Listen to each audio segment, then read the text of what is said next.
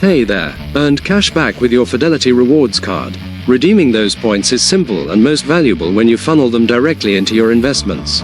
Welcome back to Guide with Samuel. Here's the simple way to redeem. Log into your Fidelity account that's linked to the credit card. Navigate to the credit card rewards section, sometimes under Accounts and Trade, greater than Rewards Balance. You'll see options like depositing cash back into an eligible Fidelity account, getting a statement credit, or shopping for gift cards. Select Deposit to Fidelity account, choose the account, and confirm the redemption.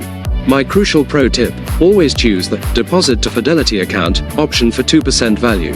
Other redemption methods, like gift cards or merchandise, often give you less value per point. Automating this deposit turns your credit card into an automatic investment contribution machine. That's how you maximize every dollar of your spending. Do you automate your credit card rewards redemptions, or do you save them up for something special? Share your method below. For more guides on optimizing rewards, subscribe for more.